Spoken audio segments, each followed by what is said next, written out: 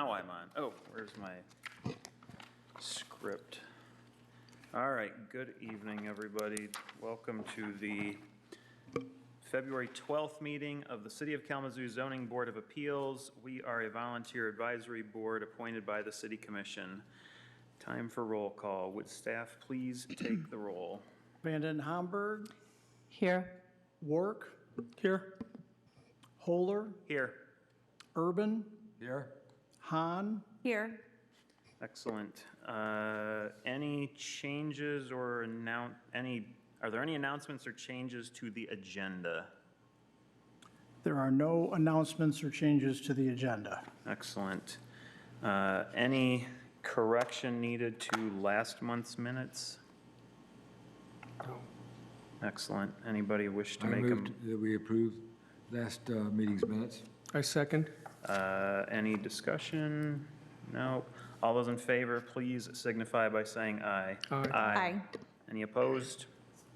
Then the minutes are approved. All right, before we open the public hearings, this is the procedure that those will all follow. For each application, the secretary will read the request into the record. The applicant or representative will come up, have 10 minutes to present on that request. You need to make sure to state your name and address at the podium and keep your remarks brief. Please, that 10 minutes will fly by if you start introducing 20 different people. After that will be public comment. Public commenters will be limited to 3 minutes. Those in favor speak first, those opposed second. Then we will turn to call-in comments. Those callers may dial 888-382-9556 during the designated periods. Remarks are live and not recorded. Then the public hearing will close and the board will state and vote on a finding of fact. That vote is not a decision on the request itself, just on the finding of fact, excuse me. The board then will deliberate and may ask follow-up questions of prior speakers. The board will then take a roll call vote to approve or deny the request. A full board is 6 members. 4 affirmative votes are required to grant any variance.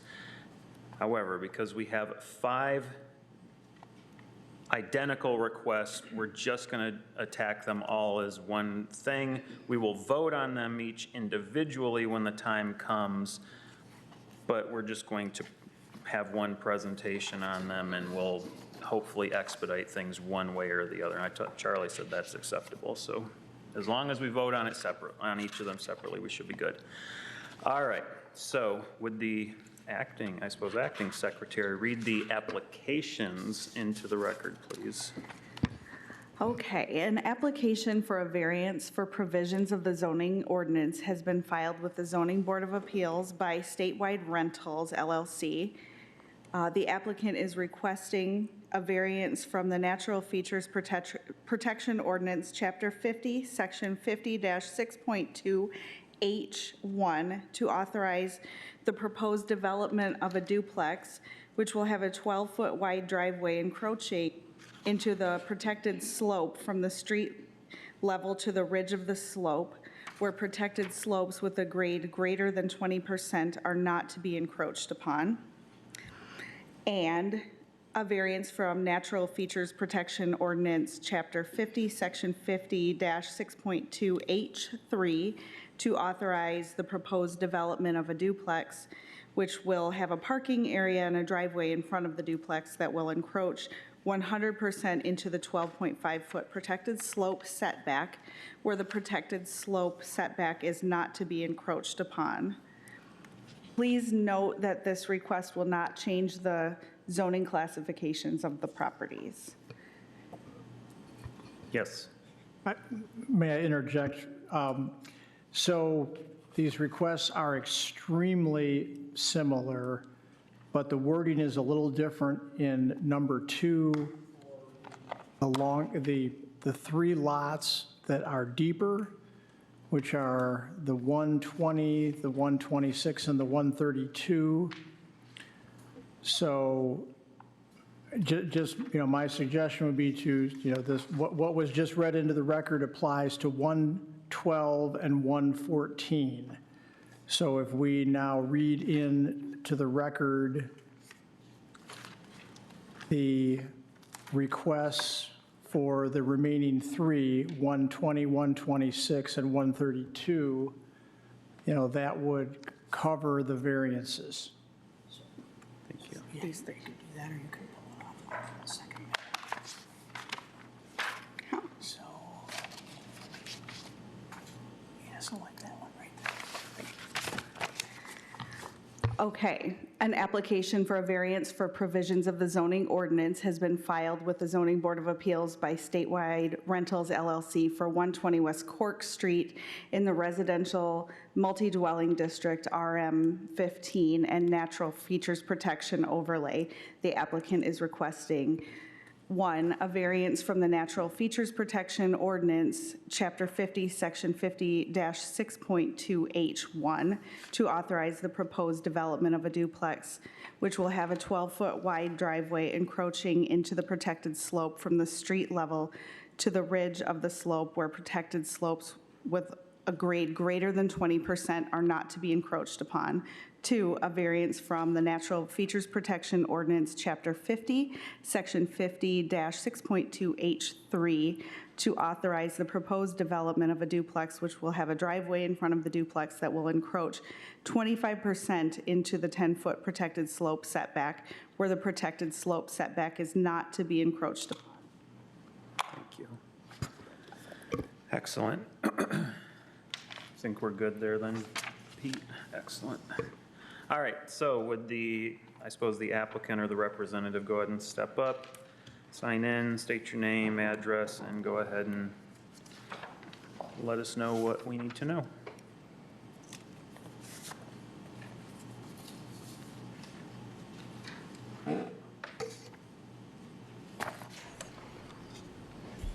Okay, I'm going to start now. My name is Jeremy Cole. I own the all addresses here. I own the LLC that owns all the addresses that are listed here: 112, 114, 120, 126, and 132 West Cork Street. Being that there's only 10 minutes, I'm going to be a bit brief here and try to get everything out. Got a quick prepared speech here first. So good afternoon. My name is Jeremy Cole. I'm here to respectfully request limited relief from the NFP slope standards for 5 parcels along Cork Street. All of these parcels share the same existing condition: steep slopes that exceed the NFP threshold and occupy a significant portion of the buildable depth of each lot. These slopes are natural, long-standing conditions, and they were not created by the applicant. Without limited slope relief, it would not be possible to construct residential buildings or provide safe driveway access to West Cork Street.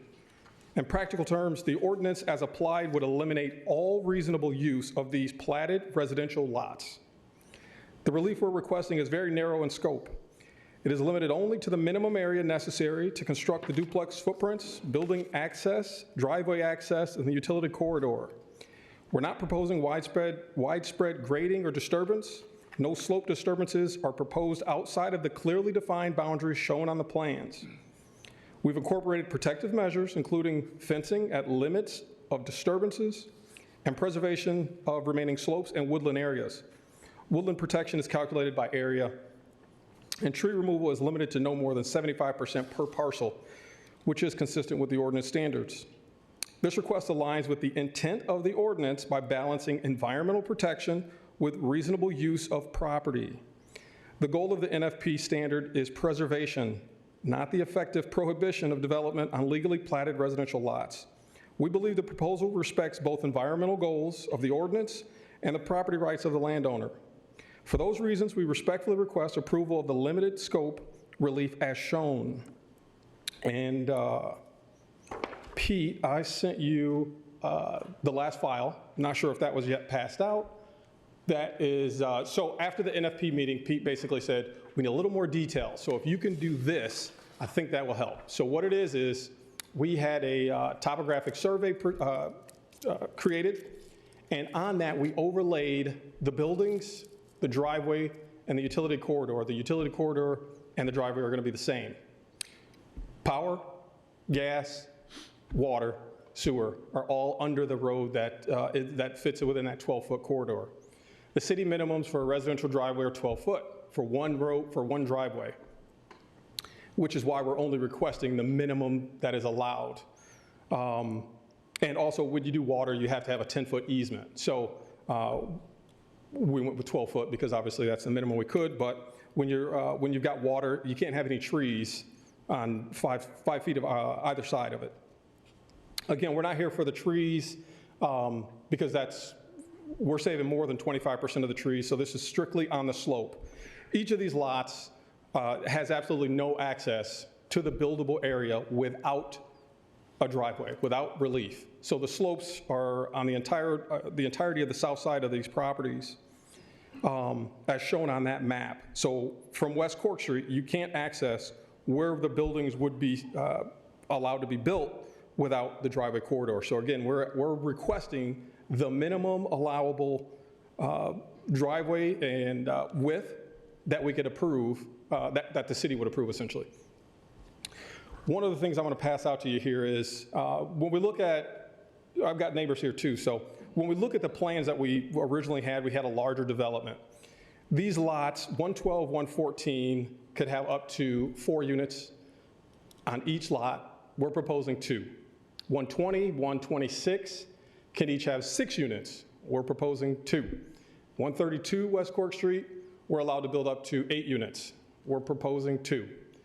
One of the reasons the NFP didn't like the plan is I can't remember his name, but the one that was kind of leading the group said that he didn't like it because we weren't using the properties, the parcels, to their full zoning use, which allows for 35 units. We're only requesting to build 10. And one of the reasons we did that is because of our neighbors. We originally had driveways on opposite streets. We had different accesses, fire apparatuses, needed larger turnarounds, so we would have eaten up quite a bit more slope if we left 112 through 132 combined, or not if we left it, if we tried to combine those two. We would have to eat up a lot more of the slope. So doing it this way, and Pete brought up a point during one of the meetings is, well, if you go to sell 112 or if you go to sell one of these addresses, that access agreement may cause a bit of confusion or challenges. And so we said, well, we'll just give each one of the parcels their own driveway. And that way, if somebody decides to buy 112, they're buying the building, they're buying the land, and they've got the one driveway access. There's no shared access, there's no shared utilities. Each one of these lots is platted, was on the original plat map and intended to be developed.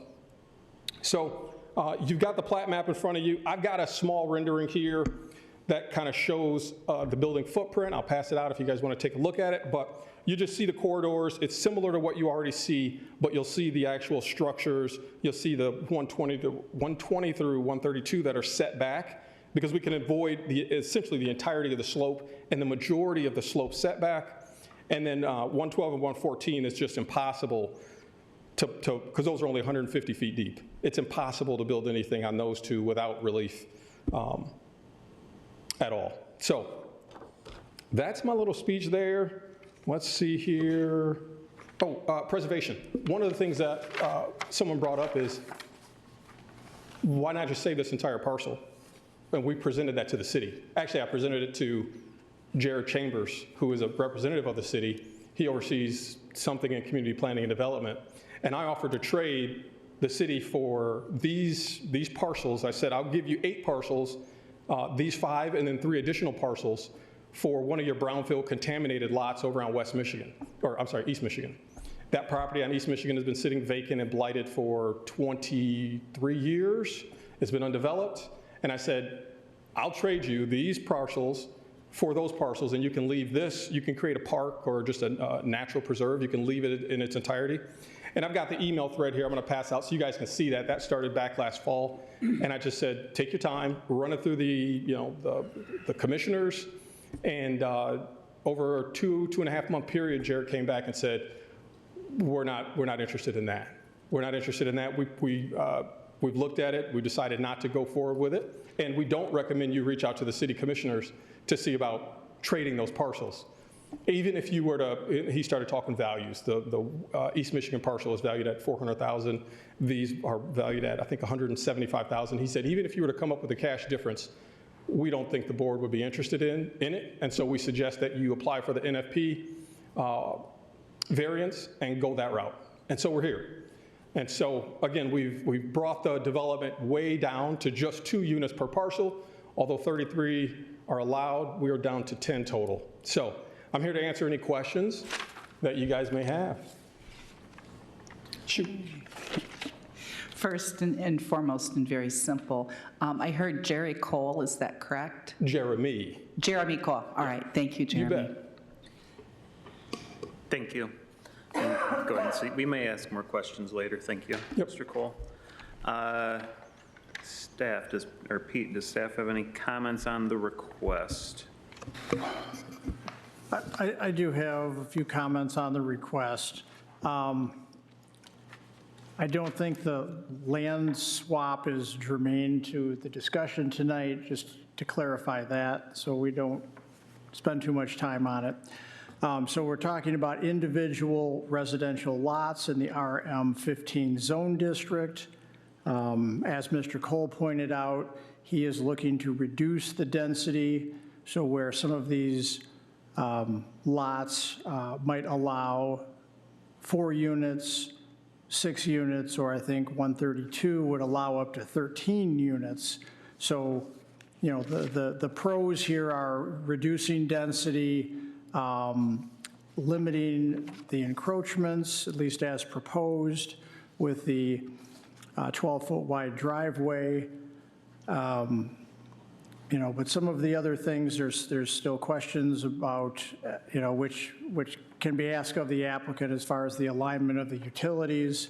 That wasn't understood in the drawing exactly where the leads are located. So, you know, so there is some things that come out of this. I am, you know, and looking at the review criteria, you know, number 1 is very clear where it talks about the, you know, utilization of the property. I mean, it is clear that some sort of relief is necessary to grant access to each of these sites to allow for development. But then review criteria number 2 talks about, is the extent of the relief the minimum needed to permit reasonable utilization of the site? And that is where staff disagreed with the applicant, that there are, you know, questions raised that need to be answered as far as positioning of utilities and so forth. And, you know, is there there was also the questions raised about the retaining walls by the NFP board and a number of other things that were, you know, that were brought up.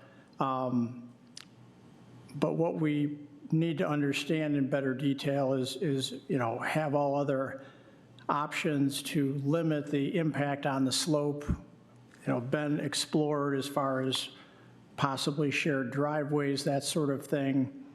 And so that is why staff is, you know, has indicated the no, you know, the no support on number 2. And then the third request, or third criteria, is the demonstration of relief that can be granted without substantial detriment to the public good and will not substantially impair the intent and purpose of the NFP overlay district. That one, staff disagreed with the applicant that, you know, it's not clear that this will not impair the intent and purpose of the NFP ordinance. So, so 2 of the 4 review criteria staff felt the applicant did not meet, and that is why there was not any support for these variances tonight by staff. You know, further, it's recommended that, you know, that these other alternatives be explored and explained, and that this matter be considered for a future Natural Features Protection Review Board once the rest of that information is made available. So, and going back to the Natural Features Protection Review Board meeting that occurred in January, that at the time the board was not comfortable with the level of specificity and detail they were looking at. So there was a vote to not make a recommendation for approval of the NFP variances for any of the 5 properties. And then after that meeting, the board chair reached out to the board members to find out in more detail what was missing from the application. Nolan Bergstrom, that is, then put this information together and sent it to the applicant, so he could better understand what was, what the board felt was lacking from the application.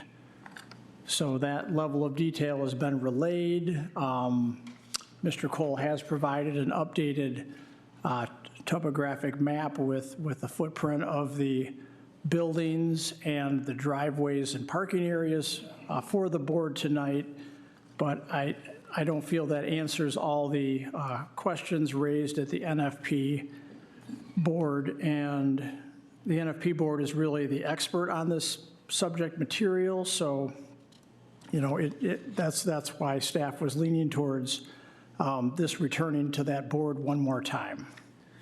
So I know I'm jumping out of order here a bit, but let's just ask it straight up. You would rather, if I hear you correctly, you'd rather us delay on doing anything with this until they can take the details back to the NFP, see what they have to say, and if they approve it, then come back here. That would be ideal, because if the variances are denied tonight, then the same request cannot be brought back for a year, so that could create a setback for the developer. Well, then to what extent can I just do that? Or can we just vote to adjourn these or wait on these? I have a couple of questions before. you And do that's that. fine. I don't want to take those away from you, of course, because I also thought about you can't bring the request back for a while if we say no. Okay. The procedure, I'll answer that question, and then we can proceed with other questions. You don't have to act right this minute, Yeah.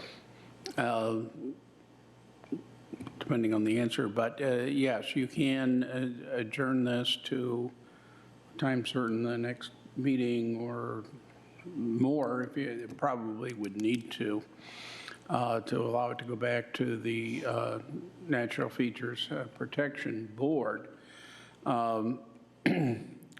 Certainly, and this is consistent with the authority of this board to request additional information, and is consistent with the normal procedures in dealing with the Natural Features Protection Ordinance. So,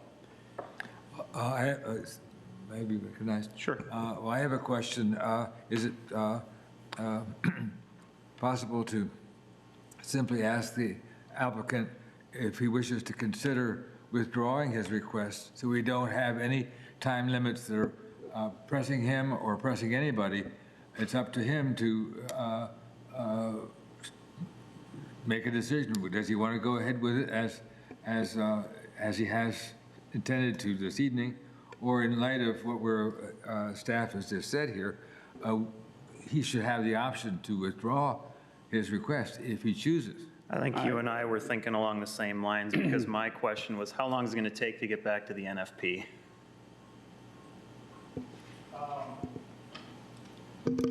So the next available meeting date is March 24th, and the application deadline would be March 3rd.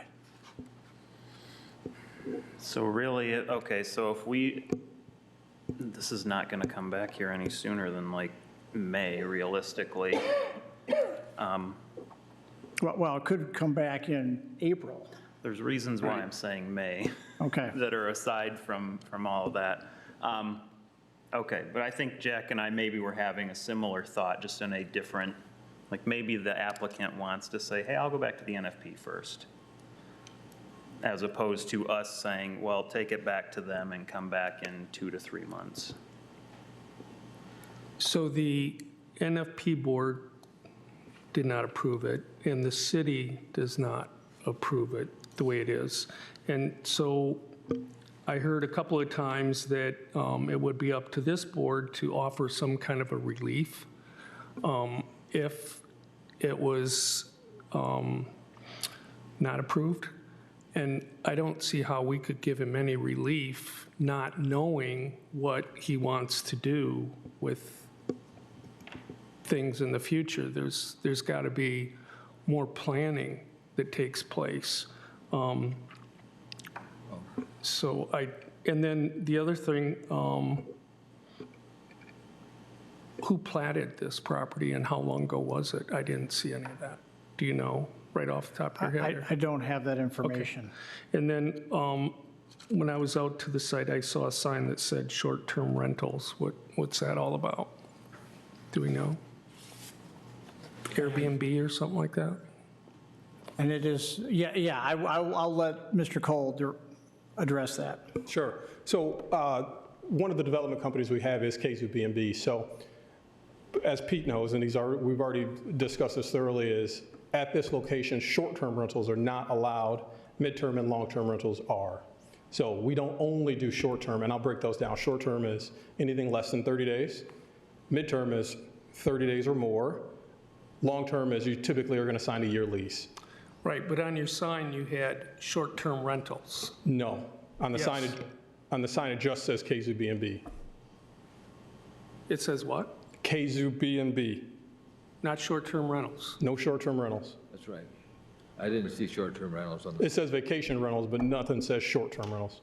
Vacation rentals. Yeah, vacation, not short-term, correct. But this site allows for midterm rentals. So essentially what we do is, instead of the instead of the nurse or the folks that are working on, like when Pfizer came in, we housed some of those folks. Instead of them taking some of that long-term housing off the market, we could house those folks in the midterm rentals. So they'd sign a 3-month, a 6-month lease versus taking year lease rentals off of the market. Does that make sense? Or That makes sense. Yeah. Okay. Okay.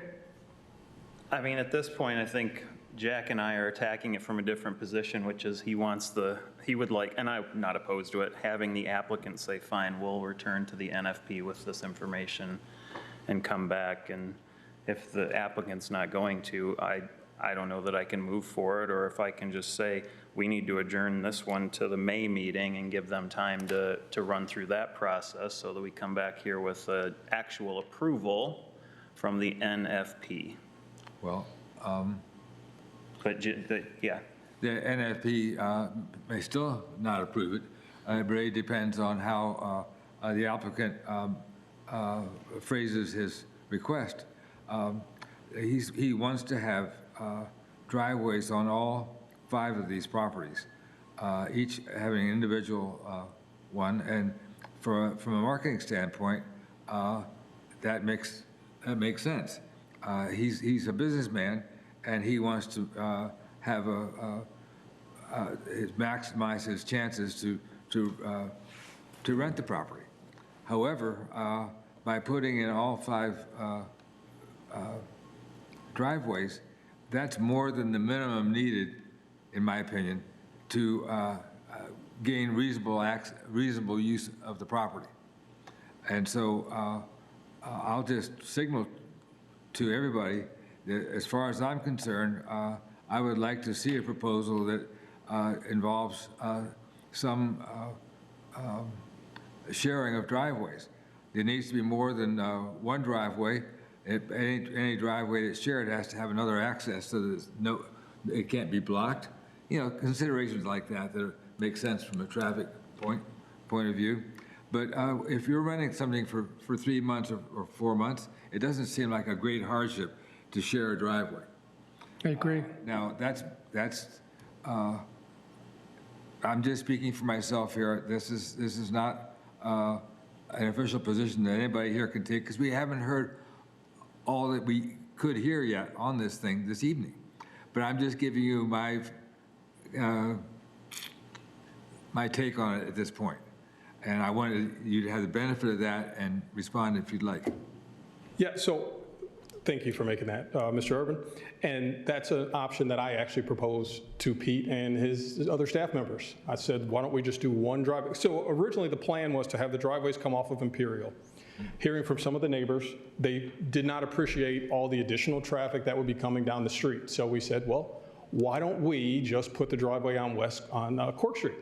And one driveway shared, and then Pete and his staff said, well, that's gonna, if you go over, I can't remember the square footage, Pete knows it, but if you exceed this many square footage on the shared driveway, then you've got to have like detention ponds, and well, if we put a detention pond in, we're eating up even more of the slope. So while I appreciate the one driveway argument, I already presented that and that was shot down. Pete may give a differing option or detail of that, but I did present that first. And that goes in line with me reducing this from 33 units to 16 units, now down to 10 units. The city staff said, well, why don't you just put an S driveway in and exit on Imperial Street? The only way that that's possible is to, again, increase that traffic for my neighbors, which we are choosing, or we're trying not to do. But if that's what the city and the board are choosing, that is the best way to move forward, we'll do it. But it's going to become at the detriment of these, the neighbors. And I'll let them speak to how they, feel about that. But I would rather you guys just say, let's postpone it, have the applicant get an approval from the NFP first. Once you say that, then we go back to NFP. We'll give them the plans for the S driveway, and then we'll represent it, and we'll allow the neighbors to kind of speak their piece on what the change had to be made. But thank you, Mr. Urban. Sure. I love that idea originally, having the one driveway. We had it 24 feet in.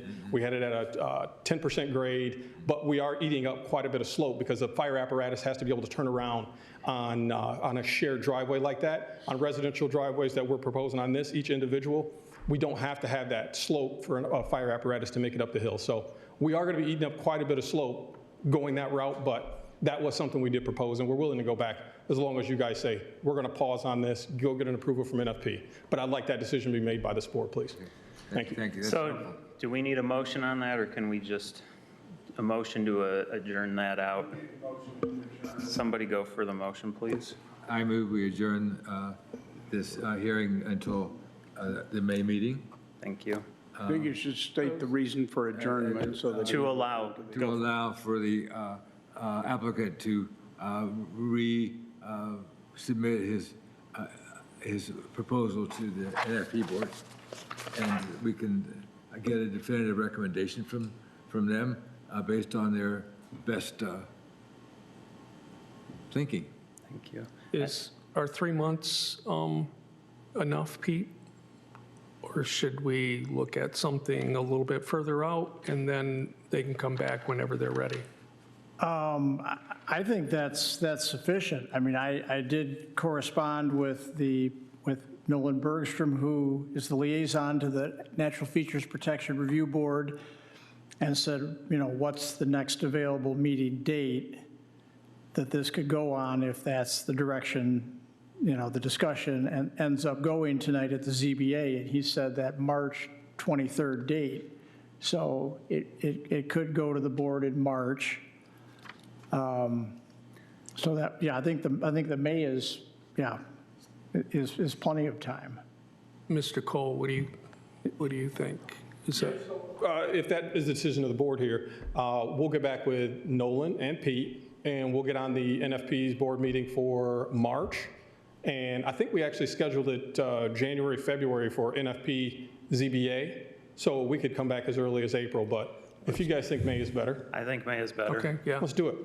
I support the motion. Thank you. All those in favor of the motion? Aye. Aye. Aye. Opposed? None. Thank you. That will be put onto the schedule for the May meeting. Moving on to, where'd my agenda go? Thank you for bearing with us, Mr. Cole. This doesn't have the discussion items on it. There we go. Discussion action items, election of board officers for 2026. Go for it. Okay, just one quick pause here. So Attorney Baer, is there anything else that needs to be clarified here? So what the voice approval to move this was for all 5 of the parcels. Yes. Yes. I just wanted to make sure we clarify that for the record. Okay. Yes, I'm sorry. I get to like on a informal sometimes, but yes, it would apply to all of them. Okay. Since they're all virtually identical, or they're identical enough, Yeah, it's all the same property owner. more or less. The only difference, I think, is these are longer than those two. I live at 52 Imperial Street. I'm Tim Hiscock. I bought the house in 1990s, early 1990s. And yeah, the platting for this whole division was done decades ago. And long before the Natural Features Protection Ordinance. And obviously that really poses a problem for those properties. They're, you know, without some kind of relief, they're undevelopable. Yeah. And I recently reached out to Jeremy to try to have a less adversarial relationship and even maybe trying to help figure something out that would be more acceptable for us. I think as a neighborhood, we're happier that they're not going to be short-term rentals. We're happy that they're not going to be microhomes. But at the same time, this property there that's not real usable as it currently is and would be challenging for just about anybody. I think the previous owner was Kevin Klein that Jeremy bought it from. I know that he had plans on building a house in there. I don't know if he maybe had plans on building something more, but I've actually seen those properties go through several hands over the decades, and you know, we don't want to just see the property flipping from one person who has an idea of what they could do with it to another. The challenge does come down to if he has a shared driveway, then there's rules that kick in regarding the grade of the driveway, that it has to, the fire equipment either needs to be able to turn around or have a different exit that they can exit through. I'm very cautious in suggesting this, but if the main entrance was off of Cork, but they had an auxiliary exit onto Imperial, that would be more acceptable from my perspective. And that might facilitate more options that preserve as much of the natural features as possible. Obviously, doing anything where the entrance and the exit would be both off of Cork, it would be challenging, again, because of the slope. You know, if you've been on Imperial, it's not a highly developed road. There's no cement curbs on it. There's no cul-de-sac on it. In fact, you know, we deal with people turning around in our driveway all the time for the lack of a cul-de-sac. I watch people get stuck there in the wintertime all the time. So I think anything can do to try to bridge between the concerns that natural features is aiming to protect and the needs of a developer to come up with some kind of good use of this property. Yes, we enjoy it as being natural space right now, but I know that's not realistic that it's going to stay that way. And so if we can come up with something that is functional as far as the developer, and at the same time respecting the people on Imperial Street, where there's really not that many existing houses there to begin with. Thank you. Thank you. Yeah, and I just want to clarify before we get off this topic that this shared drive could be, you know, shared drive that accesses, you know, two of the properties. So maybe there's groupings where, you know, there may be a total of 3 driveways that access all 5 properties. Like you have a shared driveway for the far east side where 112 and 114 are because that's the steepest. And then obviously 132 is the widest parcel or lot that's the furthest on the west. So it doesn't have to be one drive. It was just the exploration of trying to share drives, you know, in some manner to reduce the number of overall driveways. Thank you. Thank you. Excuse me, sir, I need your name, please? I didn't quite catch that. It's Tim Hiscock, HIS. Tim Hiscock? All right, thank you. Thank you. Oh, he needs to sign in. Yeah.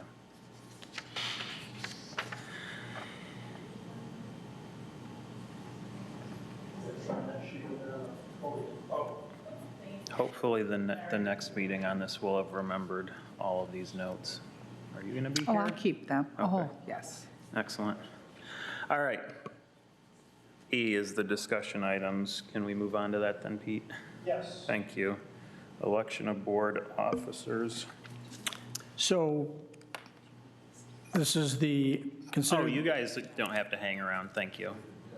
Thank you very much. Yeah, we're So- done on that request. So this is considered the annual meeting, and we elect the board officers, the chair, vice chair, and secretary at this meeting, which will then serve from March of this year till February of next year.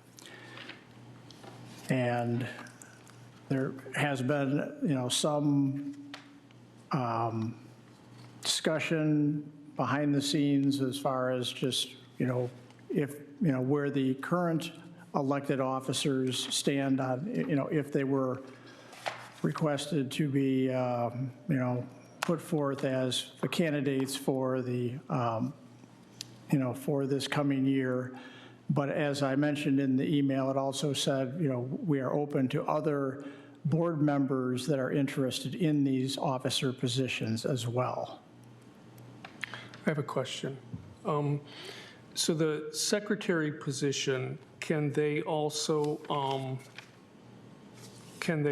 do a finding of fact as secretary, or are they asked not to, similar to the chair? They could do a finding of fact. There's no prohibition on that. Okay. All right. Yeah. Yeah, I agree. There's no prohibition, so they certainly could. Yeah. There's nothing in the ordinance, there's nothing bylaws, there's nothing in anything So that. about the secretary position, can we discuss that Yes. more? I know that Remy has had a difficult time, it seems like the last few months in getting here. And thankfully, Mr. Urban came the one time he was watching it on television or YouTube or whatever and came and filled in. So we were able to move forward. But I'd like to nominate Beth for secretary position.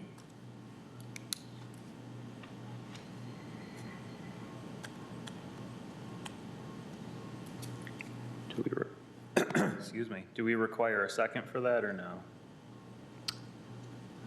I don't know, not for this. It would just be a matter of putting the names out there and then doing a voice vote.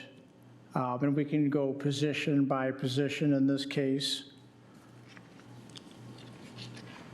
So I guess what I can add is that Remy was comfortable serving again, is what she relayed to me. So, so that would be, two possible options for secretary. She's got to be here. But she is not present. Not here tonight. again tonight. So that's why I would nominate Beth. So anyway, if Okay. you want to take a Any vote. Is there any other nominations for secretary then? So, No. okay. So we should vote on that one? So, Or do you want us to nominate each other or whatever for chair and vice chair? so we can approve the whole slate? Well, you have two for secretary, so you're going to have to vote on each individual there. Do you do a slate for the other offices, or vote on those individually? Or we could go, I think you could, perhaps it makes more sense just to do each one individually. okay, So we'll do each board officer position individually, and we have 2 candidates for the secretary role. So what I can do is, I can just do a roll call, or we can do a, I don't know if a silent ballot is allowed. I guess we have, Do a ballot, I think if you're doing a voice vote, it would be a roll call vote.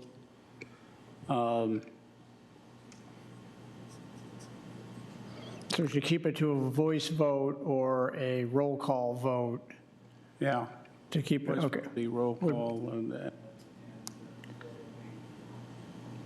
I think it's easier to track and count Okay. All right. how many we have. Well, then let's, so our candidate that is here, Beth, this will be we'll just do a roll call vote. Those in favor of Beth, assuming the role as secretary for the coming year, please signify by saying yes. And we'll start with Wark, Yes. Holder, Yep. Yes. Good Lord, I should have brought water. Urban, No? Hahn. Yes. Okay. So that's, simple majority here, so, You can still say, ask those in favor of okay. Remy.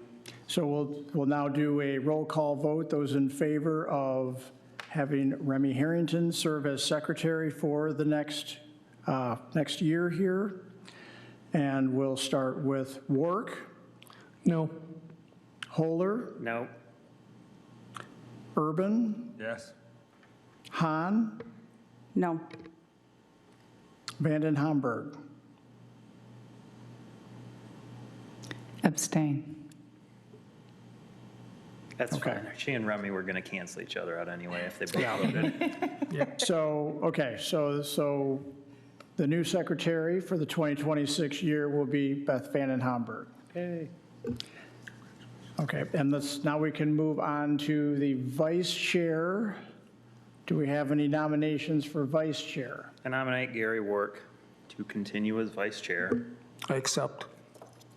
Is there any other candidates for vice chair? Seeing none, I think we can proceed with a voice vote for all those in favor of Gary Wark serving as the 2026 vice chair. Please signify by saying aye. Aye. Any Those opposed? opposed, same sign. No opposed. Okay. And then for the board chair, do we have any nominations for the board chair? I nominate Joe. I accept. Is there any other nominations to put forth tonight? No. Okay, seeing none, all those in favor of Joe Holder serving as the 2026 board chair, please signify by saying yes. Yes. Yes. Yes. Those opposed, same sign. Look me dead in the eye if you say no. Thank you. Okay, so our slate for this coming year of board officers is Joe Holder as chair, Gary Wark as vice chair, and Beth Vanden Hamburg as secretary. Yay. Thank you. Don't worry, the position's not so powerful. I can get the heat turned down in here. It is a little warm tonight, isn't it? Do we have anything else on our agenda? I think we do. Yes, we have one, The annual report. the annual report, which everyone looks forward to, the Zoning Board of Appeals annual report. Did I get a copy of that?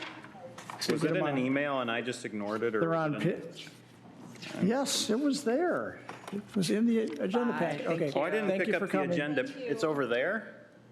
No, it was in the electronic package. well, I was a I like dummy. looking at that. I So, yeah, so anyways, and for the viewing audience, so every year, Oh, there it is. this Okay. board puts together an annual report summarizing who served on the board, initiatives undertaken, and actions by the board, and any, any summation of the requests that, where any sort of pattern is developing that we as the planning staff need to pay more attention to. So under new initiatives undertaken for the 2025 year, we updated the rules of procedure and changed that name to bylaws.